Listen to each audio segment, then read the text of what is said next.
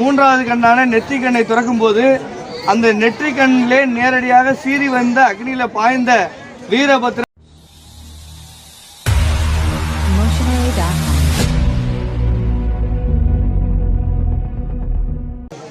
நம்மளுடைய வரலாறு என்னன்றதை நம்மளுடைய மக்கள் தெளிவான முறையில் சிந்தித்து அதன்படி நம்மளுடைய வாழ்க்கையை உயர்த்திக்க வேண்டும் என்பதற்காக கிராமமாக ஊராக மாவட்டந்தோறும் நம்மளுடைய வரலாற்றை கொண்டு போய் நம்ம மக்களிடத்தில் கொண்டு போய் சேர்க்கிறோம்.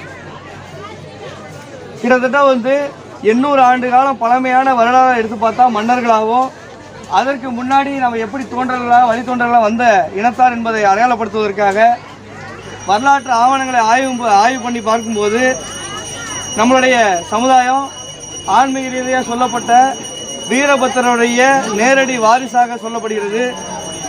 வீரபத்திரர் யார் என்றால் சொன்னால் சிவனுக்கும் பார்வதிக்கும் இடையே நடக்கக்கூடிய அவர் பார்வதியுடைய தகப்பனார் ஒரு போரை நடத்துகிறார்.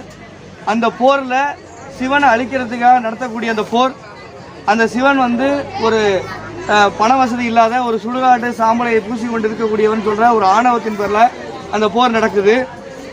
அந்த போரில் அனைத்து தேவர்களும் தேவிகளும் அந்த இடத்துல கலந்துக்கிட்டு சிவனை அழிக்கிறதுக்காக யாகம் நடத்தப்படுகிறது.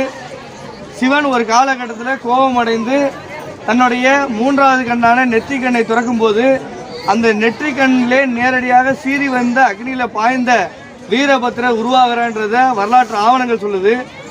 அந்த வீரபத்திரருடைய வாரிசுதாராக இருக்கக்கூடிய நம்ம பெருமைப்படக்கூடிய விஷயம், அந்த தச்சன் யாகம் நடத்துவதற்கு அந்த யாகத்தை அளிப்பதற்கு போர்பட தளபதியாக அவர் வீரபத்திரர் செல்கிறார்.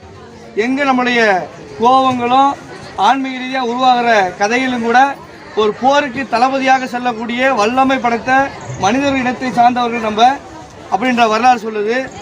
அப்படிப்பட்டவர் ஆண்களை அழிக்க தேவர்கள் அழிக்க சென்றவர் வீரபத்திரர். அங்கே உள்ள தேவர்கள் அழிக்கிறதுக்காக காளியும் சேர்ந்து வீரபத்திரரும் காளியும் சேர்ந்து அந்த யாகத்தை அழிக்கிறாங்க. அங்கே உள்ள மனிதர்கள் அழிக்கிறாங்க. அந்த பாவத்தின் அடையாளமாக இருக்கக்கூடிய அந்த இனங்களில் பிணங்கமாக இருக்கக்கூடிய ஜனத்தை மீட்டு தருமாறு சிவபெருமான் மண்டியிட்டு கேட்கும்போது அவர்கள் மீட்கப்பட்டு அவர்கள் முழு உருவம் பெறும்போது அவர் மேலே உள்ள இரத்த கரைகள் நீக்க முடியவில்லை. ஏன்னா அவ்வளோ பெரிய முக்கியமான ஆன்மீக வரலாற்றிலே ஆதி கடவுளாக சொல்லக்கூடிய சிவனே அழிக்கிறதுக்கான ஒரு முயற்சி எடுத்ததுனால அந்த இடத்துல இரத்த கரையை நீக்க முடியலை. அப்போ சிவபெருமான்கிட்ட மண்டிட்டு கேட்கும்போது சிவபெருமான் சொல்கிறாரு, வீரபத்திரை நான் போருக்காக தான் உருவாக்கியிருக்கேன். அவர் மூலமாக அவர் மரபணுவில் வந்த வீரன் அப்படின்ற ஒருவர் உருவாக்கி இதை சுத்தப்படுத்துங்க, இந்த ரத்தத்தை சுத்தப்படுத்துங்கன்னு சொல்லும் போது அந்த ரத்தங்கள் நீக்கப்படுது. அதன் வழியில் வந்தவர் திருக்குறுப்பு தொண்டன் சொல்கிறோம். 63 நாயன்மார்களில் இன்றைக்கி சிவன் அடியார் சிவன் கோயிலில் பார்த்தீங்கன்னு சொன்னால் 63 நாயன்மார்களில் ஒருத்தர் திருக்குறுப்பு தொண்டர். அப்போ சிவனடியாராக சிவனை எதிர்த்து போர் செய்த போர் வீரர்களை அடக்கி அவர்களை வம்சம் செய்த இனமாக வீரபத்திரர் ஆன்மீக ரீதியால் படைக்கப்படுகிறது. பக்கத்தில் இருக்கக்கூடிய திருவண்ணாமலை அப்படின்ற ஒரு கோயிலில் பார்த்தீங்கன்னு சொன்னால் அண்ணாமலையார் எல்லாருமே தெரிஞ்ச விஷயம். திருவண்ணாமலை கோயில் எல்லாருக்குமே தெரியும், கார்த்திகை தீபம் ஏற்றுறது கோயில் அது. அந்த கோயிலில் அண்ணாமலையார் ஒரு மன்னர். அந்த மன்னர் என்ன பண்ணுறாரு, அந்த கோயிலில் அவங்களுடைய அரண்மனையை அலங்காரப்படுத்துறதுக்காக அலங்கார ஏற்பாடு செய்கிறார். நம்ம என்ன ஜாதியை அழைக்கப்பட்டோம், என்ன சமுதாயம் அழைக்கப்பட்டோம்னு சொன்னால் வண்ணத்தார்னு சொல்கிற சமுதாயத்தால் அழைக்கப்பட்டோம்.